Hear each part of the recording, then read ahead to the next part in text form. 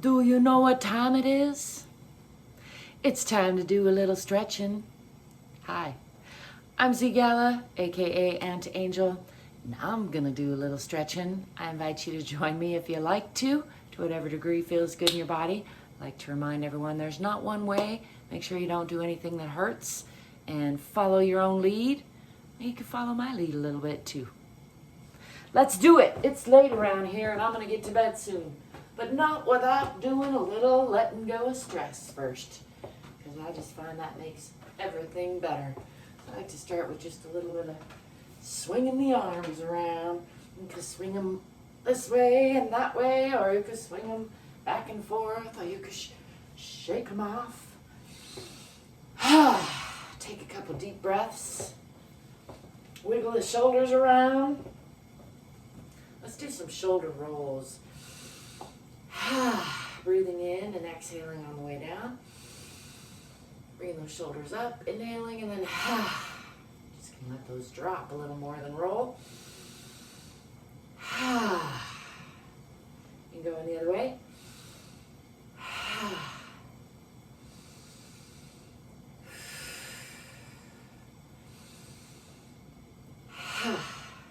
Shake those out again. I've been working at the desk for a while, as usual, and again, feeling that tension accumulate in the arms. So I'll bring those across the body for a little stretching. Just kind of wringing things out. Shaking things off. Letting go of the past like it was yesterday. Let's do a little rolling down. First, root into the center of the earth. Feel into the bottoms of your feet. Check in with the alignment. You want your hips over your ankles. Knees over toes. Oh, that's something different. Not locked though. Not locked. Hips over ankles. Shoulders over hips. Ears over shoulders. A lot of times that requires a little bit of pushing back of the chin these days. I'm just feeling into that for a breath or so. You can bring the hands together, relaxing those shoulders. A little Tadasana or mountain pose. And then let's roll down, just nice and slow. Checking in with the spine all the way. Noticing where there's stickiness, where there's suppleness. Just coming down as far as is comfortable. Past the waist though, from the hips. I know a lot of people bend, when you say bend over, a lot of people will bend from the waist. And I like to demonstrate there's a big difference between bending from the hips and from the waist. To explore that a little bit, let's pull up in the waist and give ourselves a nice hug. I'm going to start left elbow over right, pulling those shoulder blades apart, giving a nice squeeze to the shoulders, and pulling back in the waist, rounding the spine, tucking the tailbone, tucking the chin, really rounding top to bottom and side to side, pulling those shoulder blades apart, getting a nice rounded spine stretch. And then taking a deep breath, just push into anywhere you feel tension. And then fold from the hips down as far as is comfortable. You can put your hands on your legs, or you can bend your knees to put your hands on the floor if that's comfortable. I sometimes like to alternate bending and straightening the legs here, just to kind of play with that stretch on the backs of the legs. While I'm all the while relaxing the belly, relaxing the low back, trying to relax the head and neck and arms, just letting all that go.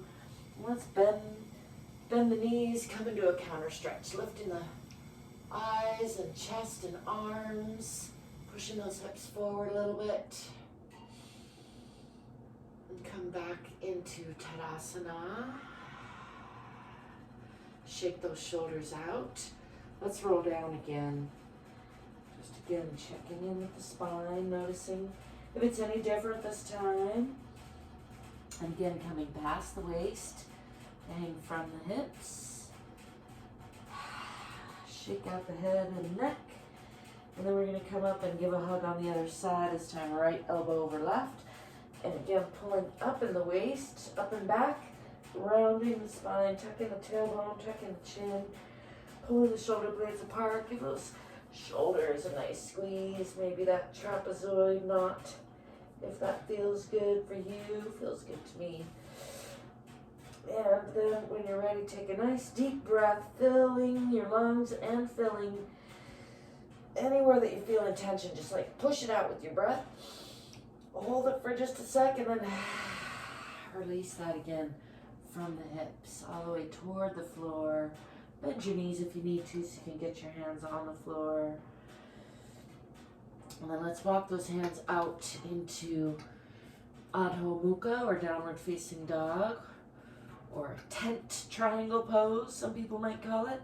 Pushing into the heels, pushing back in the pelvis. Nice long line from the fingertips out the tailbone. You can tip that tailbone toward the back of the head.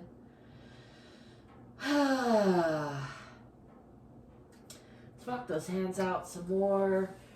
Coming into a plank position and then lowering the hips. Let those feet go and lift through the chest.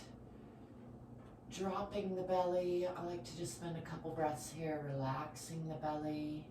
If your low back bugs you on there, make sure you be mindful of that. Sometimes some tension in the butt can help keep that low back protected, but if you don't have low back issues, then I encourage you to just kind of let all that go if you can. Really relax, but don't collapse in the shoulders. You want to be pushing up in the shoulders. Lifting the eyes. You can add some tongue stretch here. And then maybe pull the chin up. It's adding to that stretch all the way from the pelvic bone up to the chin. And then when you're ready, tuck the toes under and lift the pelvis. Push back into a deeper Adho Mukha, or downward facing dog pose. Hands and feet are a little bit further apart now, if that's comfortable. And again, tipping the tailbone toward the back of the head, pushing into those heels, pushing back in the hips. Nice and long line, fingers are wide, palms are strong. Let's step forward with the left foot, coming into a deep lunge. Just exploring that deep lunge a little bit. Straighten that leg. Aiming chin for toes. I'm going to slide those legs apart for a splits-ish position. I'm supporting weight with hands. Be careful on this one. Don't go beyond your comfort level too far. Make sure you stay in control. I like to rock back and forth a little bit, just exploring that stretch on both legs. Through the hips, deep in the hip socket, and through the legs. And then pull that front leg back. Let's step forward with that back leg. Back into downward forward fold. Just hanging here. Let's bend the knees. Come back into that counter stretch. Lifting the eyes, chest, and palms toward the sky. Pushing the pelvis forward a little bit. Maybe a little bit deeper this time. And bringing palms together, come back to Tadasana, or mountain pose. Just like to wiggle the shoulders and knees and hips around a little bit. Adjust everything accordingly. And let's roll down again.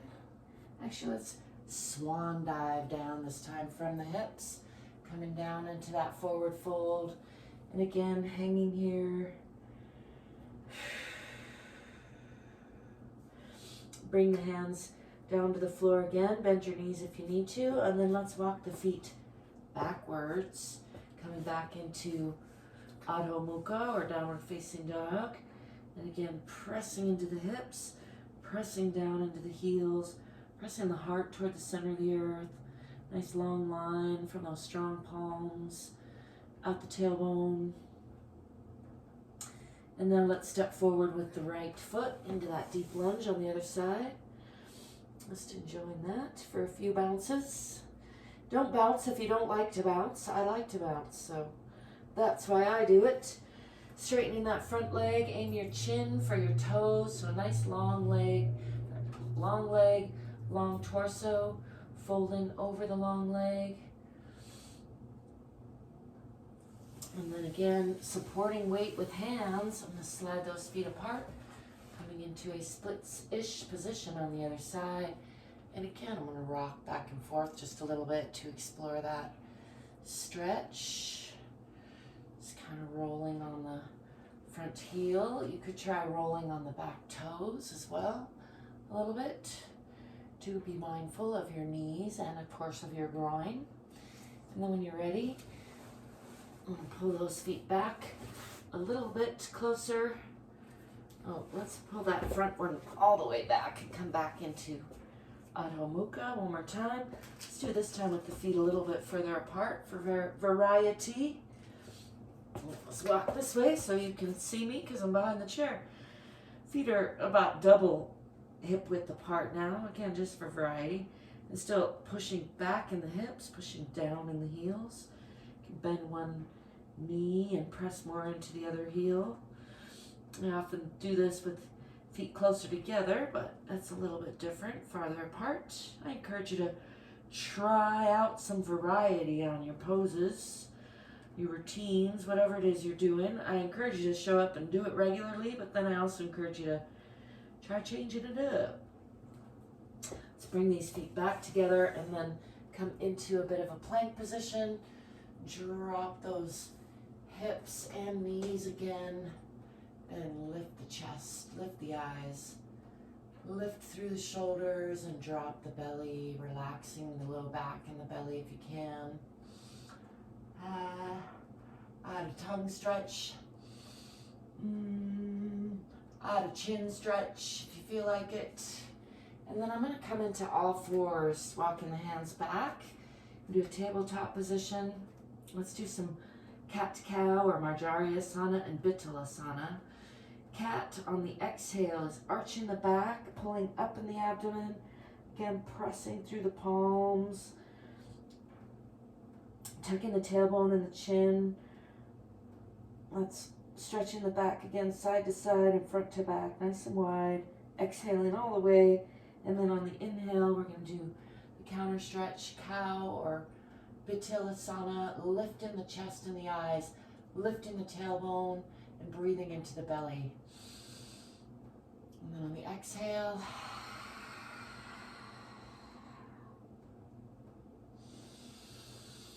inhale,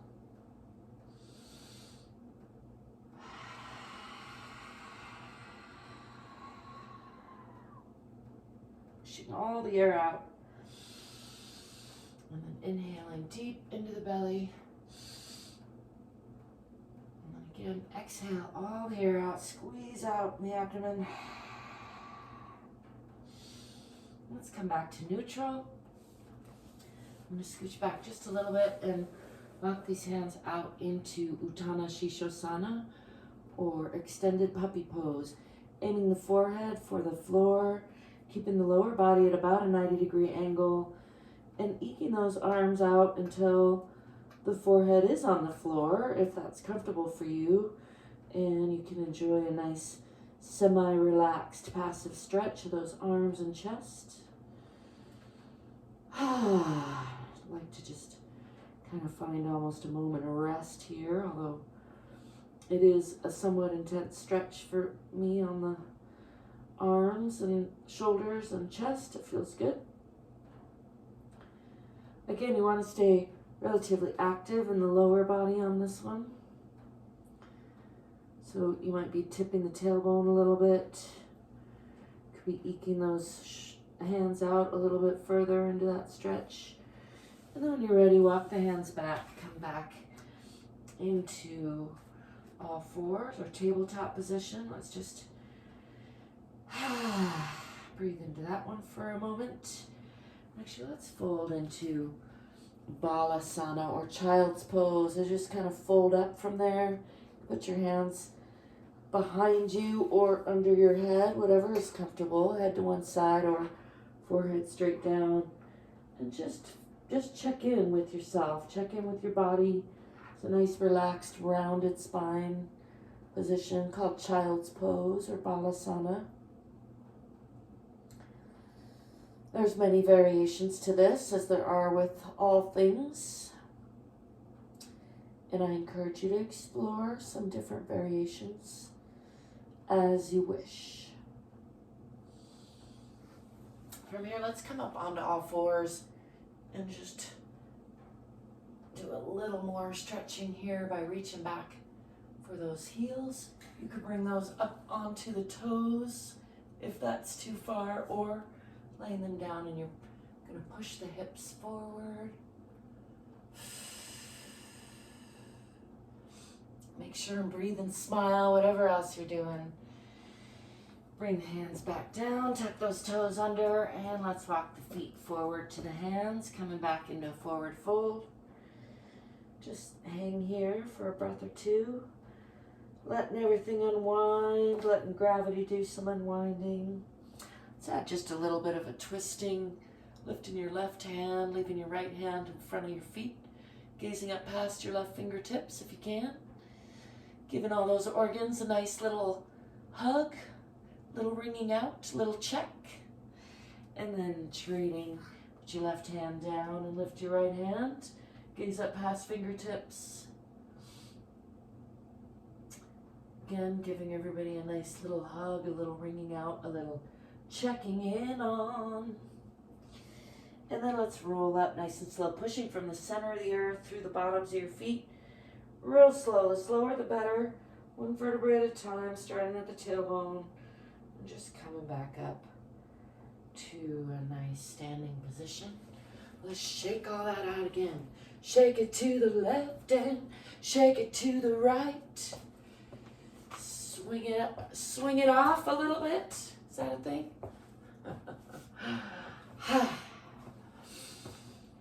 Whew. I like to add just a little bit of sloppy qigong. I think that's what this is. It's all good. I like to remind you, there's not one way to check in with your body. Do yourself a little good, love yourself a little more, move, let go of some stress. There are many, many, many ways. Many right ways, many wrong ways. And only you can know what's right for you.